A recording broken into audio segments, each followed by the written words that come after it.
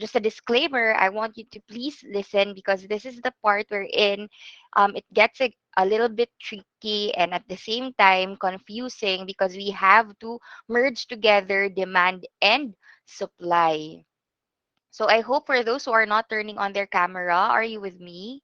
And for those who are there, are you listening? Okay. Are you with me? Sige. So let's not waste the time and we will start with our discussion.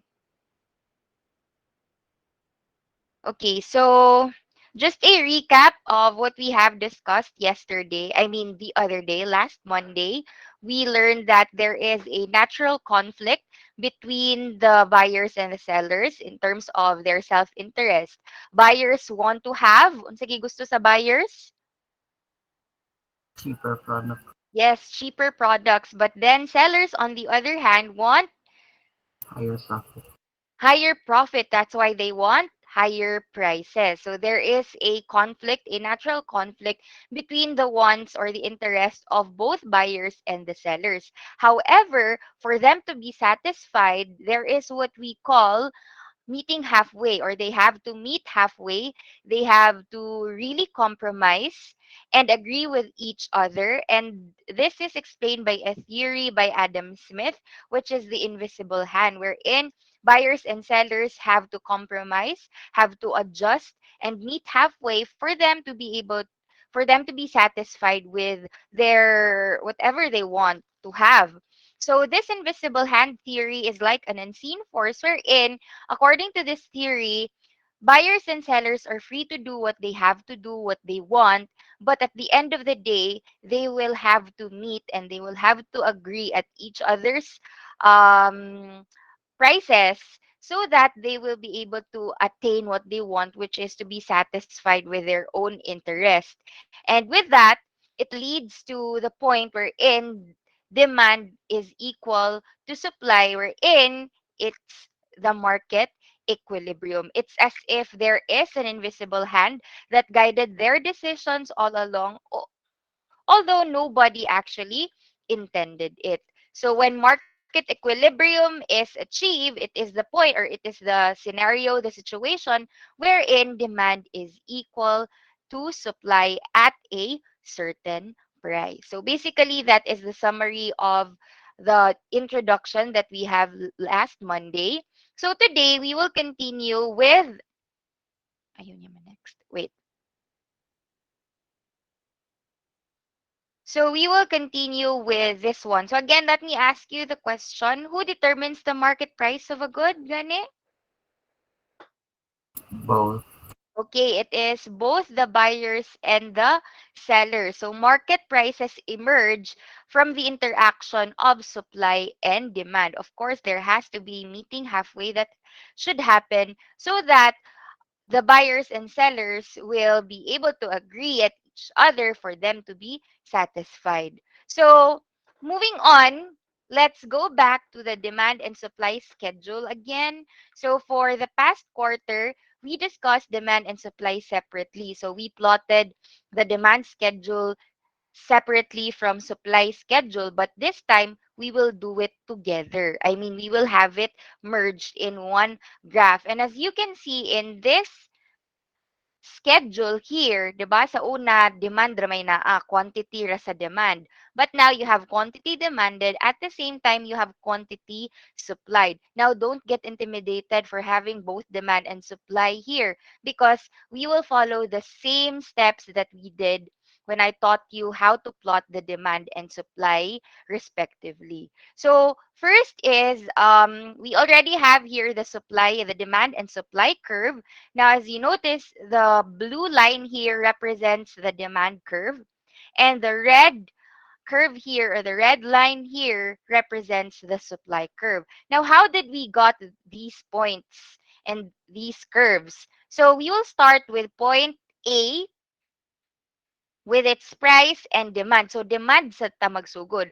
Quantity demanded here, the values here for quantity demanded is the values rather for the quantity sa demand. Okay? Take note, that is how you plot the demand curve using the value sa quantity demanded na column.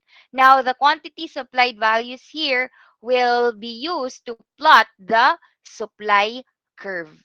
Okay? So, para dili maglibog, one at a time lang sa, we will start with quantity demanded. Okay? So, how do we plot it? We will use the price and its corresponding quantity. So, at point A, we have here 50. Okay ra, di ko mag-plot or would it be better if mag-plot ko on my own? Okay ra, we will use this illustration. Ka-keep up ra. 9H. Okay ra? Sige. So, just, I think maklaro mo siguro ninyo akong cursor, right? Okay, so let's have 50. At point A, you have price 50. So how do we plot that one? Same thing lang yapon. We have price on the y-axis and the quantity on the x-axis. So all you have to do is wherever they will meet, that is the point sa, that is point A. So we have your point A, which is a price of 50. We have price on the y-axis, 50 na price, and the quantity is 10. So the quantity here is 10. Wherever they will meet, that is your first point. So that is how you plot the first point. Followed by next sad sa B, you have at a price of 40, the quantity demanded is pila 15. So we have here in between 10 and 20. So we have 15 here. So this is your second point. Inana ra gyapon pagplota, same lang gid gyapon last time. And then you have here at point C, the price is 30 and the quantity is 20. So 20 is here, that's why you have a point here. And then at the price of 20, here is 20. And then the quantity is 25. So you look for 25 here on the x-axis, wherever they will meet, that is your next point. And lastly, you have point E at the price of 10. 10 is siya pangit kaayo na. Wala. Naubos ang zero. At the price of 10, the quantity is 30. So this is the last point. Once you are done plotting, then you can connect the dots or the points and that will give you the demand curve. By the way, am I too fast? Okay ra? Kaya ra? Ka-keep up lang? Okay. So now that you are done, assuming wala pa ni siya, now that you are done with the demand curve, let's proceed with the supply curve. So you will be using the values here sa quantity supplied. Unsay gamito na price? You will use the same price that you use sa quantity demanded. Okay? So you have here at point A at a price of 50, your quantity supplied is 40. So basically, plot lang siya 50 and 40. That's why you have here 40 ang quantity, 50 na price. So this is the point where they will meet. Okay? And then next, we have at a price of 40, your quantity supplied is 30. So 40 na price, 30 na quantity. This is your next point. Next, 30 na price, same thing, 20 na quantity, 30 and 20, this is where they will meet. And 20, and then 10, 20 na price, 10 na quantity, that is your next point. And lastly, you have here 10, and the quantity is 0. We know that this is 0, this is 0, so whatever is if it's 0, it should be there sa line. So you have here the last point. So now that you are done plotting, just connect the points and you have there the supply curve. So that is how you plot both the demand and supply schedules in one graph. Claro ba? Am I clear? Okay. So now that you are done plotting, then you can easily understand now and you have to remember that if it's downward sloping, sige naman ako nagbalik-balik. So I hope you still remember this one. If it's downward sloping, demand yun na siya. If it's upward sloping, supply yun na siya. Okay? So take note of that one. So here is the graph now, the combined graph of both demand and supply that we plotted a while ago. So remember market equilibrium? Market equilibrium is a situation where at a certain price, demand is equal to supply. Timan na siya. Again, market equilibrium happens when demand is equal to supply. Take note of that one ha. Same si demand and si supply at a certain price. And in this case, pila man ang price wherein market equilibrium is achieved. Pila? Look at the graph. Pila ang price, 30. the point where market equilibrium is achieved. Yes, the price is 30. Therefore, that price there where market equilibrium is achieved is what you call equilibrium price. Okay? And then, the quantity is called the equilibrium quantity. Now, unsa may difference sa equilibrium point ug ni market equilibrium? Si market equilibrium is a situation wherein demand is equal to supply at a certain price, while equilibrium point is the point where at your demand and supply curves, dira sila mag-intersect. Dira sila mag-meet. Okay? Again, the equilibrium point is the point where when you combine both supply and demand curves, that is where they intersect. Okay? Nasabtan? So, ang market equilibrium is a situation where demand is equal to supply, while equilibrium point rather is the point where the demand and supply curves intersect. Claro? Nasabtan? So I hope you remember equilibrium quantity and equilibrium price ha, because you will be using that one in our in the changes in equilibrium na topic. Sige. So if there is what we call market equilibrium, there is also what we call disequilibrium. Now, disequilibrium happens when, of course, market equilibrium is not achieved. And when is market equilibrium not achieved? If the market price is above or below the the equilibrium price. What do you mean by that? We know that pila gani ang equilibrium price in this graph. Pila gani again? 30. It's 30, diba? So this is the equilibrium price. So if the market price will be set to anything above the equilibrium price or below the equilibrium price, therefore, market equilibrium is not achieved. Okay? Take note of that. Maklaro man, kaya diba? Wala man sila nag-meet.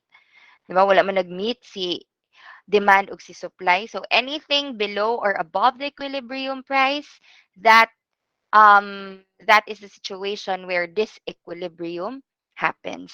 So what are the two types of disequilibrium? The first one is what we call shortage. So again, shortage is a kind of disequilibrium. I know you are familiar already with shortage, right?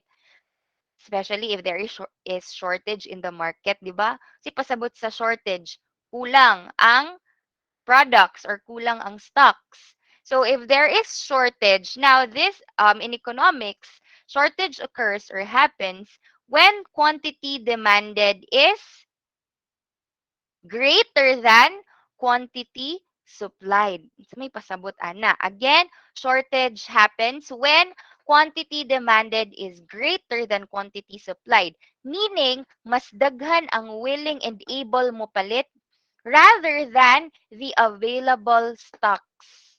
Tungod kay gamay raman ang willing and able mag-sell.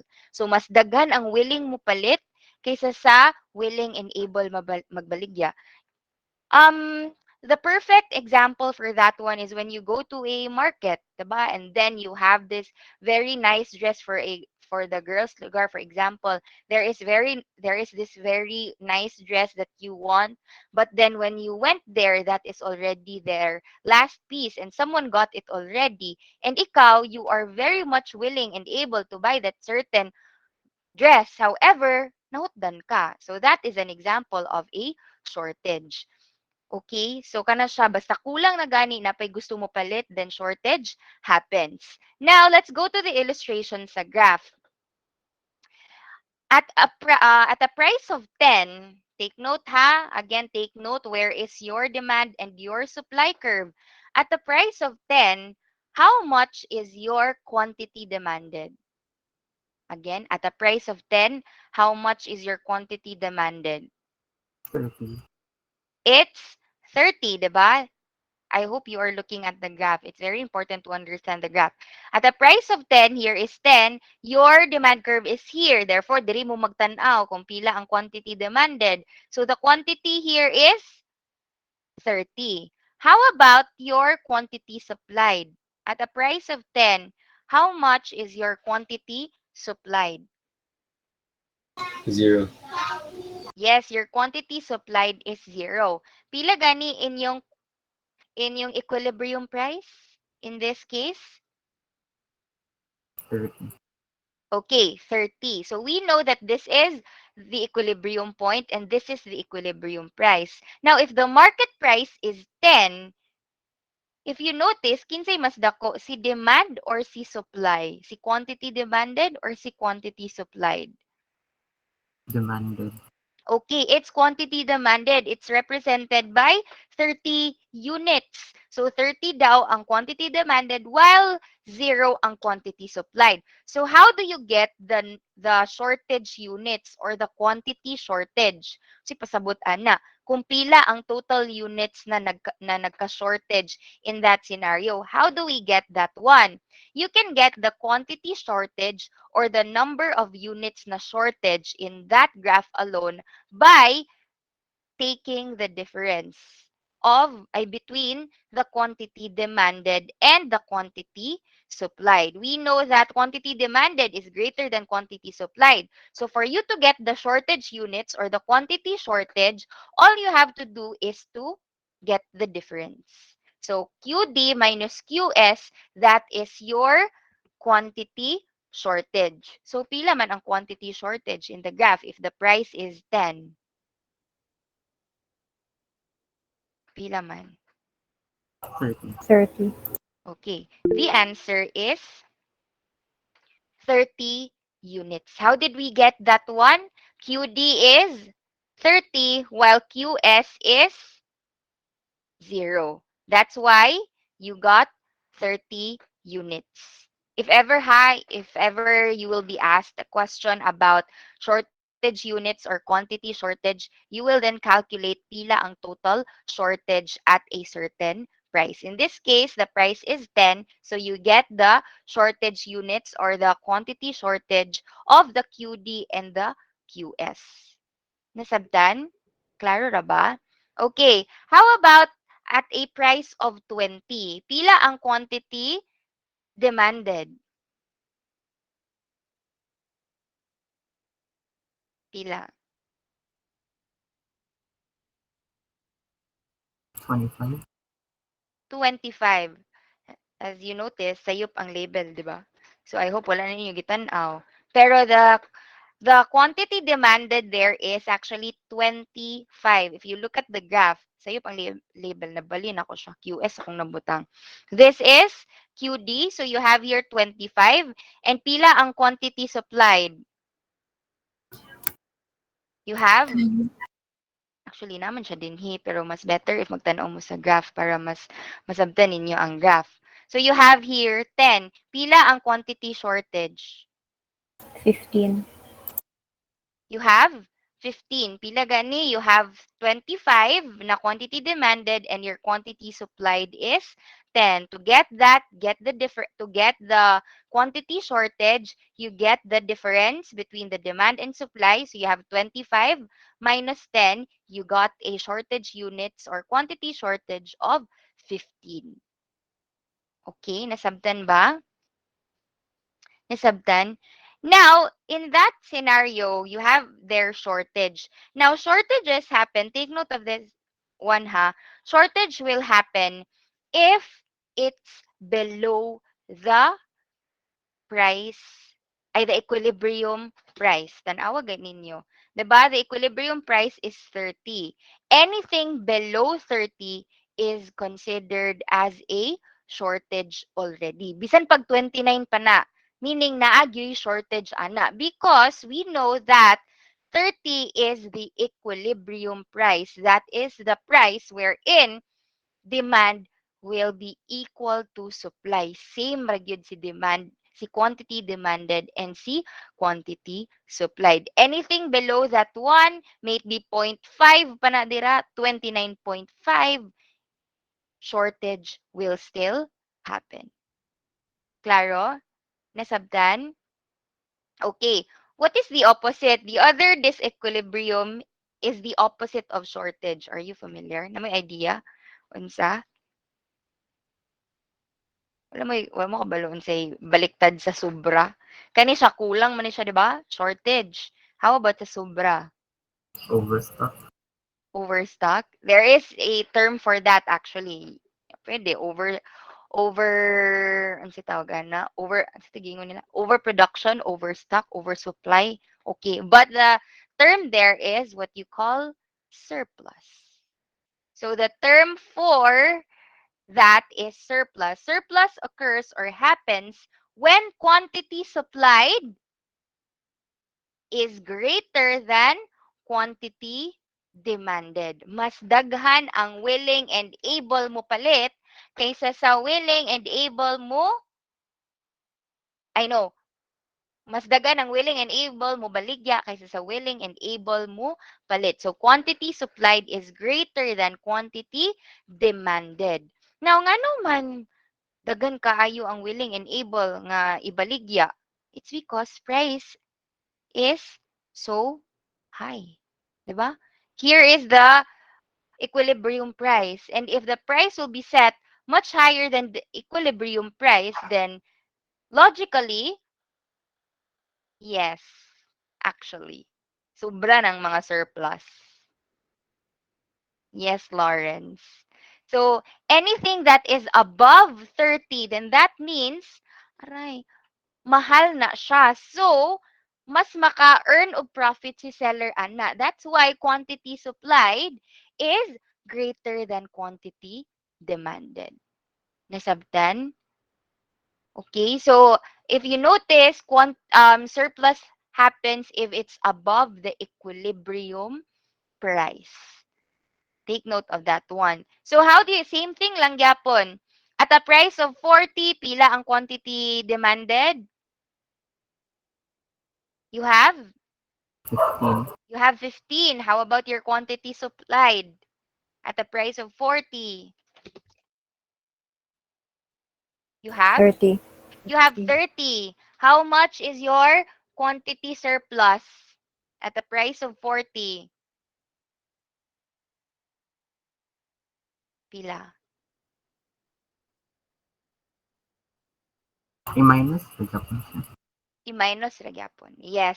For you to get the for you to get the surplus, ay nabay sinamukan din yun. For you to get the surplus, all you have to do is to get the difference between the quantity supplied and the quantity demanded. Kaganina kay quantity demanded minus quantity supplied. Karon you have quantity supplied minus quantity demanded. So the answer is at the price of 40, your quantity surplus is 15. Yes, it's 15. How about at the price of 50? Pila ang quantity surplus? 50. Sorry, 50. 30. 30. The answer is 30. Supply, which is 40, minus demand, which is 10. Nasabtan? Am I clear? So again, just a recap, ako lang in summary, surplus happens if supply is greater than demand and if it's above the equilibrium price. Shortages happen if demand is greater than supply and if it's below the equilibrium price. Claro? Are we clear? I hope you'll remember that one. Okay. So now we proceed with the changes in equilibrium. Diba? Remember, there are two changes in demand and supply. Unsa ganitong two changes? Shortage and surplus. Changes. Karon changes sa demand. Type of changes sa demand and supply. Shift of movement. Yes, kana, that's it. Shift and movement. Now, in when we combine both the demand and the supply, there will be changes in the equilibrium. So there will be a simultaneous change in the equilibrium point because of a change in either the demand or the supply schedule. I mean, supply or demand curve. Schedule na noon. Di na ta magdual ani ha. Diretso na ta. So, let's go directly to the illustration. Now, if demand will increase, it will shift to the right. Right? Right? Diba? If demand will shift to the right, that means there is an increase in demand. Now, if we increase daw ang demand, there will be a change there will be a shift in the demand curve. Considering that changes, ang reason aniha is the non-price factors. So we will dwell with the non-price factors here. So if it will shift to the right, this is the red line is represented by the demand curve and the blue line is represented by the supply curve. So if demand will shift to the right, so si red ang move. So D here is the original demand curve and D1 is the new demand curve. So since nag-increase man si demand, it will shift to the right. So here is the original equilibrium point, and now that it shifted to the new demand curve, it created a new equilibrium point. Sabtan? So, nanay bagong equilibrium point, kini-shift naman si curve. So, kung ni-shift na si curve, we will not use this one. Kaya dili naman yung mo-adjust na automatically ang Aray! Sakit kito, love. Ang equilibrium point. So, what happened then, now that your equilibrium point has changed, what happened to your equilibrium price? Nag-increase or nag-decrease? Increase. Nag-increase, 'di ba? From the old price, it moved up. So, meaning na ay increase sa price now that your demand has increased. How about your equilibrium quantity? Naunsa man sa equilibrium quantity? Nag-increase or nag-decrease?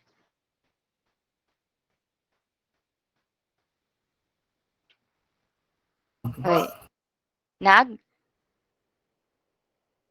Increase. nag-increase? Decrease? Sa mangyod? Increase. Nag-increase, 'di ba? Kung padulong pasaka, increase magyud na, 'di ba? Magsugod maka sa zero here. So kung padulong siya didto, padako ang number. So meaning quantity has increased, right? So nag-increase siya. So take note of this one. So if the demand will increase or if it will shift to the right, your equilibrium price will increase and your equilibrium quantity will also increase.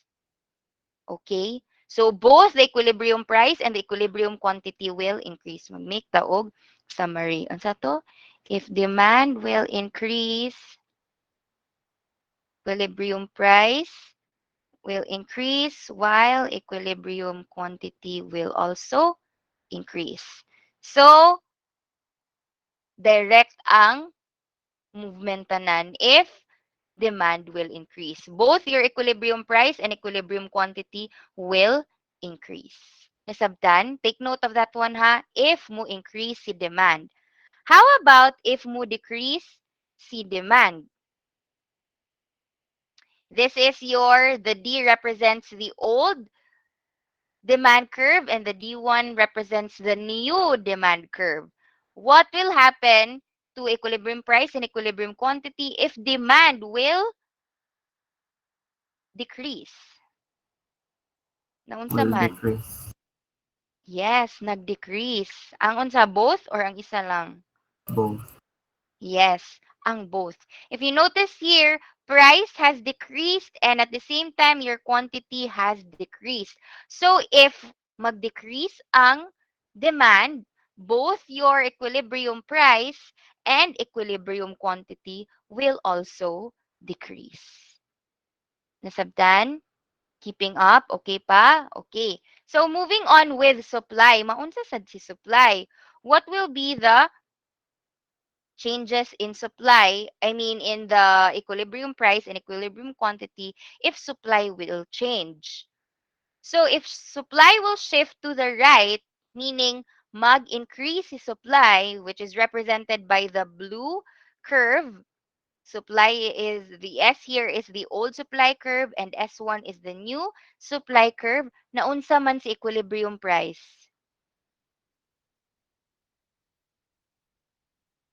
Decrease. Yes, nag-decrease. Opposite, right? So if mag-increase si supply, your equilibrium price will decrease.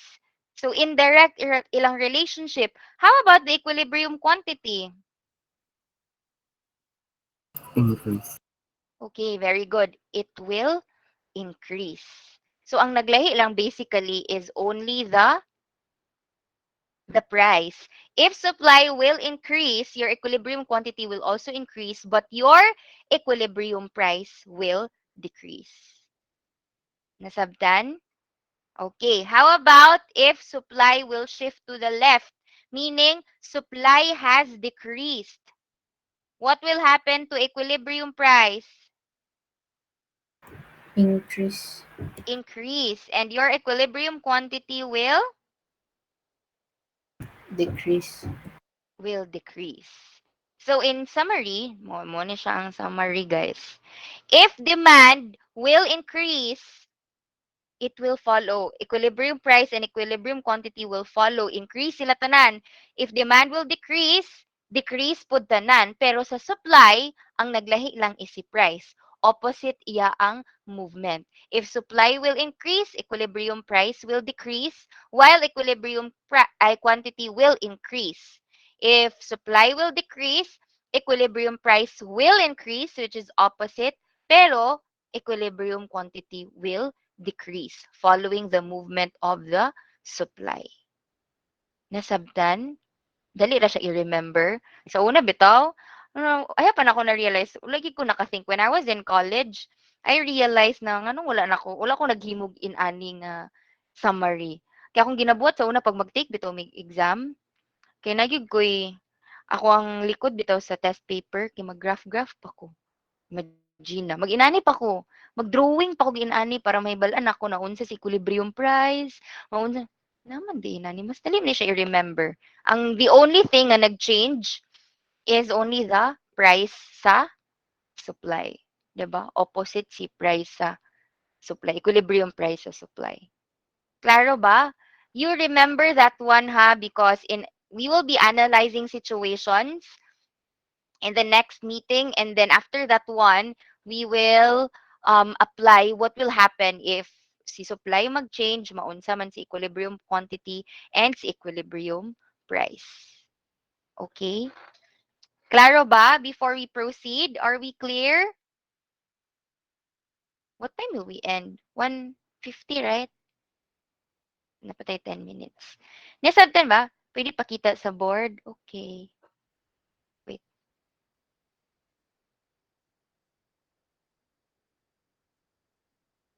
Okay na? Hello? Okay. Sige. So now we will proceed with the non-price factor. So as I've said, you will be meeting again the non-price factors of both demand and supply. So I want you to remember the non-price factors and how will it change depending on, I mean, how the demand will change depending on the non-price factors. So I will just do a quick lang yun nga run through with all the non-price factors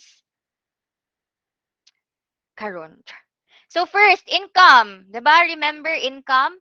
If income will increase, what will happen to your demand? If Increase. income, that Increase. it will also increase, 'di ba? Income refers to if you have a salary increase or you landed at a nice job, a higher pay, sinamukan diri.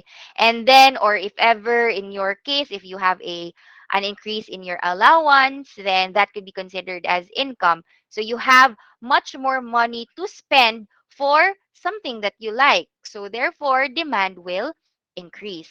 Next, fads and trends. Unsa man ni si fads and trends? Favorable changes in fads or trends. Ni uso siya, or there could be a new study released about a product na mas healthy siya, or it could be something that is a fad for people like kani mas lami ni siya kaysa sa the other brands and so on, then that is fads. And when there is a trend or something, a favorable trend or fad, then automatically the demand of that certain product will increase. And opposite pod if dili na siya uso. Okay? Next, population. Sa gani sa population, more people means more demand. So if daghan population in that area, then that means more demand in that area. Lesser people, meaning less demand. Next, how about complementary goods? Prices of complementary goods. What are complementary goods, gani?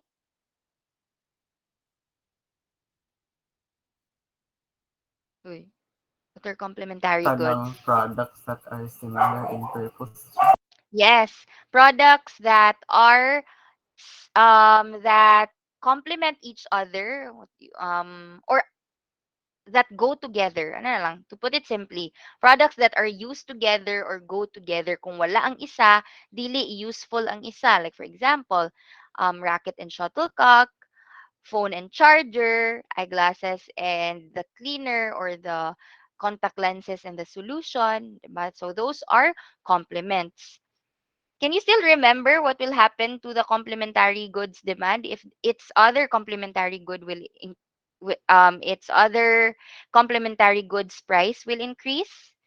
Maun sa ganito? Decrease. Decrease. Okay, mo decrease. Kung mumahal ganitong complementary good na isa, ang katong automatic na iyang pares katong complementary good nga demand will decrease. Basically, kini mahal man to. So, how can the other good be useful? 'Di ba? So, dili na siya ina naka-useful. So, you will decrease, demand will decrease. And in the same way that if the price of the product of one good will decrease, its complementary goods demand will increase. So, opposite lang. That is for complementary. Okay, ra? Ina nakapaspas. Recap lang. Okay. Next, prices of substitutes. What are substitutes? Pwede mapulihan. Yes. Basta pwede mapulihan. Substitute, 'di ba? It could be an alternative product. Asan yun yung nakuha din? It could be an alternative product if the price of the other substitute good has increased. So the rising of a good, the rising of one good will increase.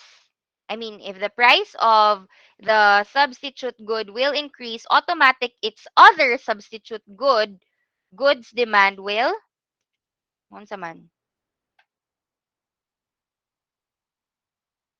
The, wait lang ha.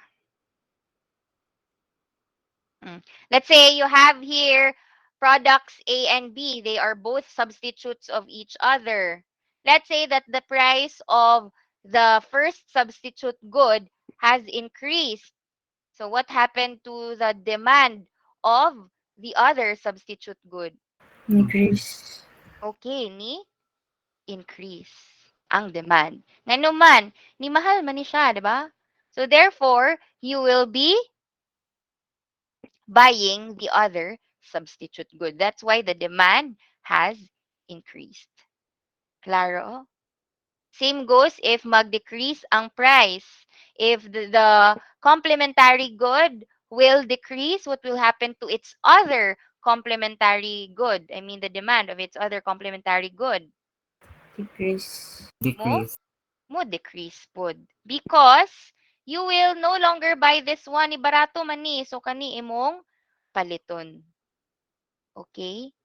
Nasabtan? Are we clear? Next is expectations of buyers. So when you say expectations of buyers, demand tends to change depending on the expectations of future events. If there will be an increase in the price of gasoline tomorrow, what will happen to the demand karon? Increase. Mo increase, 'di ba? Kaya di naman ka magulat na mumahal ang presyo. You will take advantage of lower prices karon. And if there will be a sale next week, what will happen to demand karon? Decrease. Decrease. Mo decrease because people will be waiting for the sale to happen. Nasabtan ba? Am I clear? So I hope it's clear enough and okay ra nga na-remember ra ang mga non-price factors because again, same thing lang gyapon, you will be understanding situations and then related to demand or supply kani mga non-price factors and then i-apply din to natong graphing a while ago. Katubitang maunsa sa equilibrium quantity and sa equilibrium price. Sure, kung mutaas ug ang price sa baboy tungod atong heart transplant. So, unsa ang question lang ga? Maunsa ang demand sa baboy? Aray, mutaas ang price, sure. Um, Slaughtered na mga ano naman ata na pigs, right? So, ang heart, I'm not sure, I be, saan mo na ito napag-analyze? Wait. If musa, yeah, there's a possibility that the price of, I think sa heart lang sa pig. I think mo ay mo follow day ang pig itself, no? Kaya pwede man na i-slaughter ang pig din gamiton siya. Yeah, mo mahal siya in that case. Mutaas gyud ang yeah, there's a possibility. Pero I don't know how will the government regulate that one. Pero there's a possibility that the price of kanang mga meat sa especially sa ay kanang pork kay mo mahal siya. If ever ha na if magdugay tong heart transplant and buhi pa gyud tong lalaki, kay 'di ba successful man ang surgery ay ang transplant magmanok magmanok yamos mo mahal siya. Anyway, yeah, that's it for demand. Now let's proceed with supply. So take note of supply here. 144, 145, 151 kaya pa. Sige. So we have here non-price factors that affect supply. First, price of inputs. Unsa ganining inputs? These are your Hay. Unsa ganining inputs? Ingredients. Yeah, mga ingredients, mga materials. Basically, your factors of production. Dili lang ang materials and ingredients, but including na the other factors of production like labor, sa tong magbayad kasi mong laborers, payment for the utilities, di ba? Anything that you need in managing a business for you to be able to produce something, all of those things are part of price of inputs. Apil na ang sweldo sa mga tao, ana. So, supply goes up. Uy, Snow, ambi na ang eraser. Ano ba yun? Kuha mo ka ang eraser, no? So, supply goes up when factors of production become cheaper. Take note lang yun, Ana. Again, nganong mo taas man ang supply if mo barato ang factors of production. Let's say, wa na ka nagbayad og electricity or ni barato ang salary, na pay cut sa imong mga employees. Or let's say, for example, you don't have to pay for the utilities, ni barato ang materials that you make para makaproduce ka og imong sa imong furniture business. If any of your factors of production will become cheaper, that means your supply will increase. Kay ngano man? Kay based on your original budget, the money that is intended for that product or that factor of production nga ni barato, it will be diverted or allocated to the other materials that you need, thereby increasing the supply of your product. So let's say for example, ni mahal ang mangga, maghimo kag mango float or maghimo kag tapioca for example, ni barato di ay sorry, ni barato ang mangga, then that means you can buy more of the mangoes, right? mas daghan imong mangga nga mapalit. So kung daghan imong mangga nga mas mapalit, then mas mudaghan imong supply sa tapioca or sa serving sa tapioca that you can make or with the serving of the mango float that you will be making. Nasabtan? So inana siya. Same goes if nakay pay cut sa imo, di ba? I gave that as an example last time katong sa air conditioner. Di ba there was a pay cut for the air conditioner laborers. So because of the lower salary that they receive, the money intended for the salary, katong original salary nila, will be allocated to the other supplies or other materials that the company will need to create more or to manufacture more air conditioners. So supply will increase. So kung mumahal pod ang factors of production, mo mo lower down ang supply. Kaya ra, ma-recall ra, are we good? Sige, I hope okay ra. Namugay uban nga basin sa mga visual learners ba you are having a hard time. Like ako, visual learner manggod ko so dapat na ko gahakitan. But I hope you can still remember i-visualize na to previous lesson. Charot.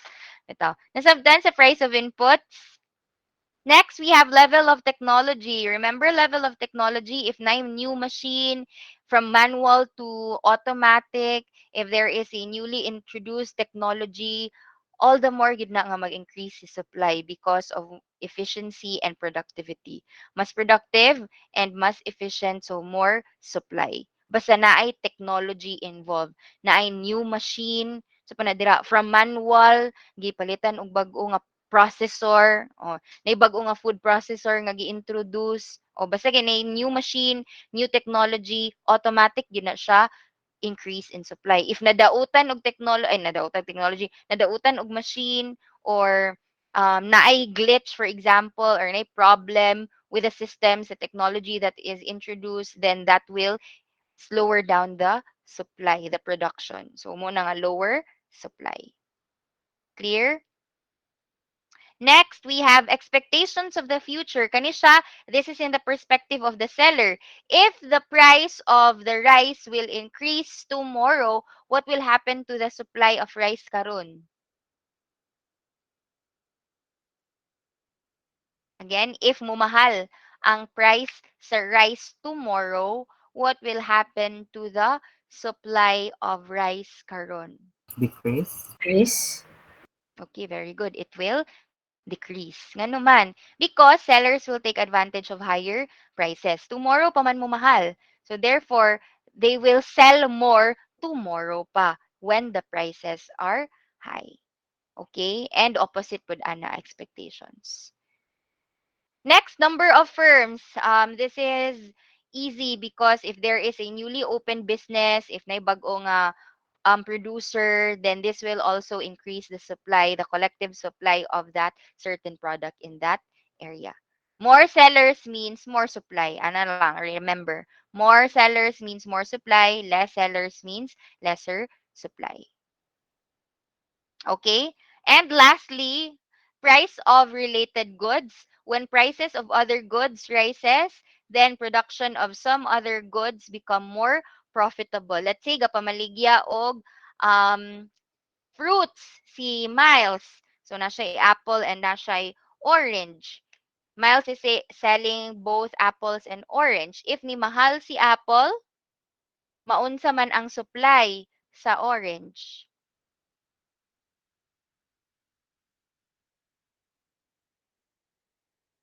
If ni mahal si apple, maunsa ang supply sa orange.